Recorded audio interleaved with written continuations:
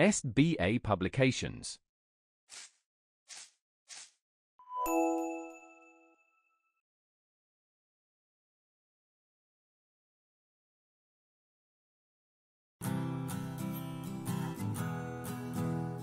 Hello my dear students, how are you all? I hope that you all are very well at your homes.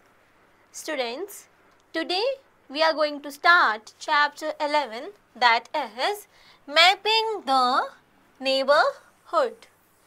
So in this chapter we will learn about the directions and how maps are made. So let's start with the topic directions.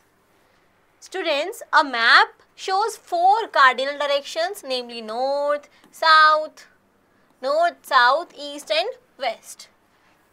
North, south, east and west. So these are 4 cardinal directions.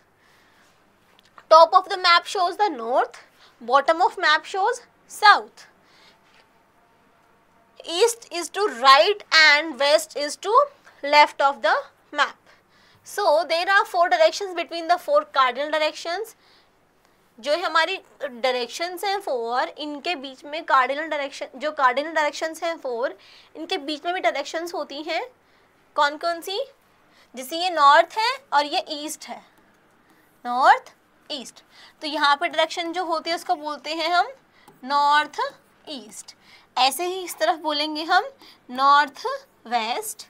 Same इसमें ये south है तो ये है हमारे पास east, तो ये हो जाएगी south east.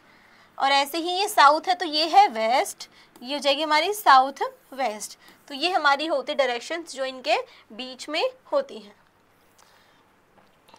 Stand in an open ground early in the morning, face the sun and stretch both of your hands. You will face the east and back will point to the north and your right hand will be point to the south. First of all you will face to the east.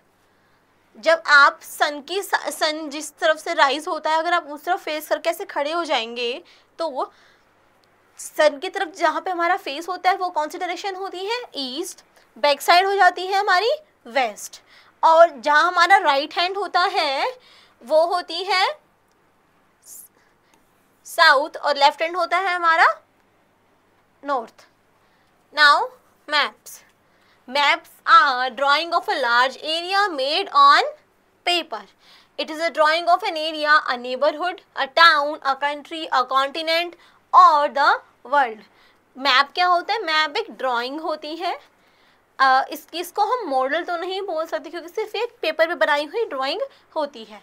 तो यह किसी एक छोटे area की भी हो सकती है, जैसे आपका विलेज है, आपका टाउन है, कंट्री, फिर पूरा कॉन्टिनेंट और पूरा वर्ल्ड. मतलब ये छोटे से एरिया से लेकर पूरे एक बड़े एरिया तक का मैप भी बनाया जा सकता है. Map helps us to locate cities, states, countries. They give us a view of various places, buildings, roads, railways, lines, water bodies, etc. A map that shows small areas such as room, house, streets, etc. In detail it is called a plan. जब आप किसी room का या किसी house का map draw करते हैं उसको क्या बोलते हैं? प्लान बोलते हैं. A sketch is a rough drawing without any measurement. Generally जब हम किसी घर का मैप बनाते हैं तो उसको हम रफली ही ड्रॉ करते हैं. हो सकता है कोई प्रॉपरली ड्रॉ भी करता है मेजरमेंट के साथ, वैसे रफली ही ड्रॉ किया जाता है. उसको हम क्या बोलते हैं? स्केच भी बोलते हैं और प्लान भी बोलते हैं. And the people who make maps are called cartographers and the art of making maps is called cartography. A book of maps is called atlas. जो मैप ड्रॉ करता है उसे कार्टोग्राफर बोलते हैं.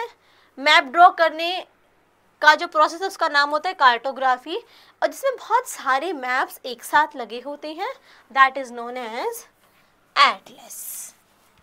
Now features of a map.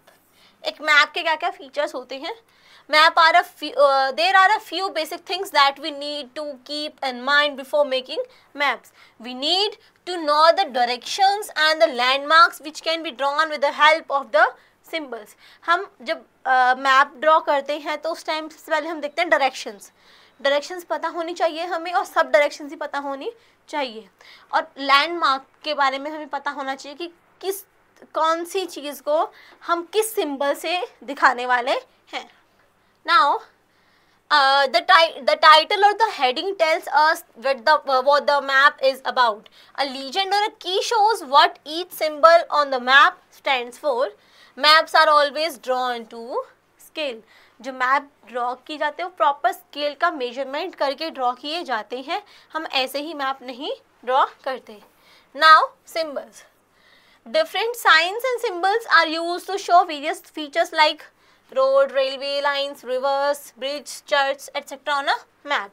Map में अलग अलग चीज़ों को शो करने के लिए हम अलग अलग सिम्बल्स का यूज़ करते हैं. These symbols are drawn to show cities, rivers, oceans, seas, mountains, plains, desert, road, etc. These colors and symbols are useful to know because they help us to read the map. Map read करने के काम क्या आता है? Colours और symbols. क्योंकि symbol, कोई भी सिंबल बना देने से या उसमें कलर कर देने से हमें पहचान हो जाती है कि ये क्या चीज़ यहाँ पर है.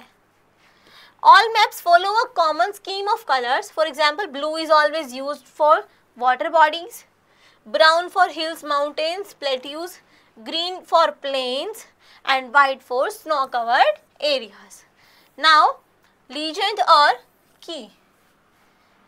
A legend or a key tells us what the color and the symbols used in the map represent. Legend और key आपके मैप में गिवन होता है, वो हमें बताती है कि मैप में अगर कुछ डिफरेंट कोई चीज़ यूज़ की करी गई या कोई सिंबल दिखाया गया है तो वो किस चीज़ का होगा, वो सभी हमारे लीजेंड या की नाम के टॉपिक में दिए गए होते हैं. ये स्मॉल सा बॉक्स बना दिया जाता है हमारे मैप के कॉर्नर में, उसी को हम बोलते हैं legend. Now scale. We can't measure the distance between two places in a sketch or a plan, but we can accurately measure the distance between two places on a map. हम map में दो places का different accurately measure कर सकते हैं क्योंकि हम उसको चेंज कर देते हैं. जैसे हम चेंज कर सकते हैं 500 किलोमीटर को 1 सेंटीमीटर में. अगर हमें कोई बहुत बड़ा एरिया दिखाना है उसमें, जैसे हमें मान लो किसी पूरी कंट्री का बनाना है मैप, तो हम उसमें शो कर सकते हैं कि 200 kilometre means 1 centimetre according to map. और अगर हमें कोई छोटा एरिया, आपको अपना विलेज ही दिखाना है, तो आप इसे बना सकते हो कि 100 metre is equals to 1 centimetre. इसका मतलब है हम जो मैप में मेजरमेंट लेते हैं, स्केल लेते हैं, वो अपने मैप की नीड के अकॉर्डिंग ही लेते हैं. So using the scale, we can measure the actual distance between the two places.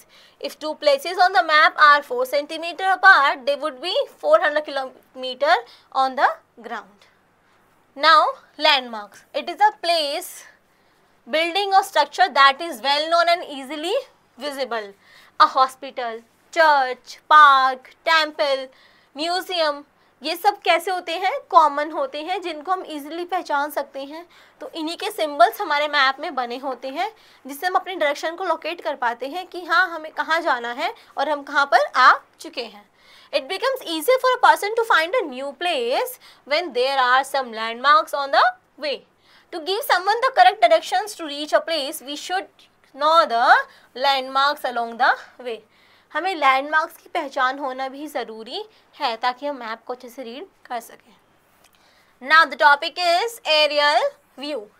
Have you traveled in an aeroplane or helicopter? You can see the roads, buildings, trees, parks and rivers as the plane takes off or is about to land. You get a beautiful view of city or town.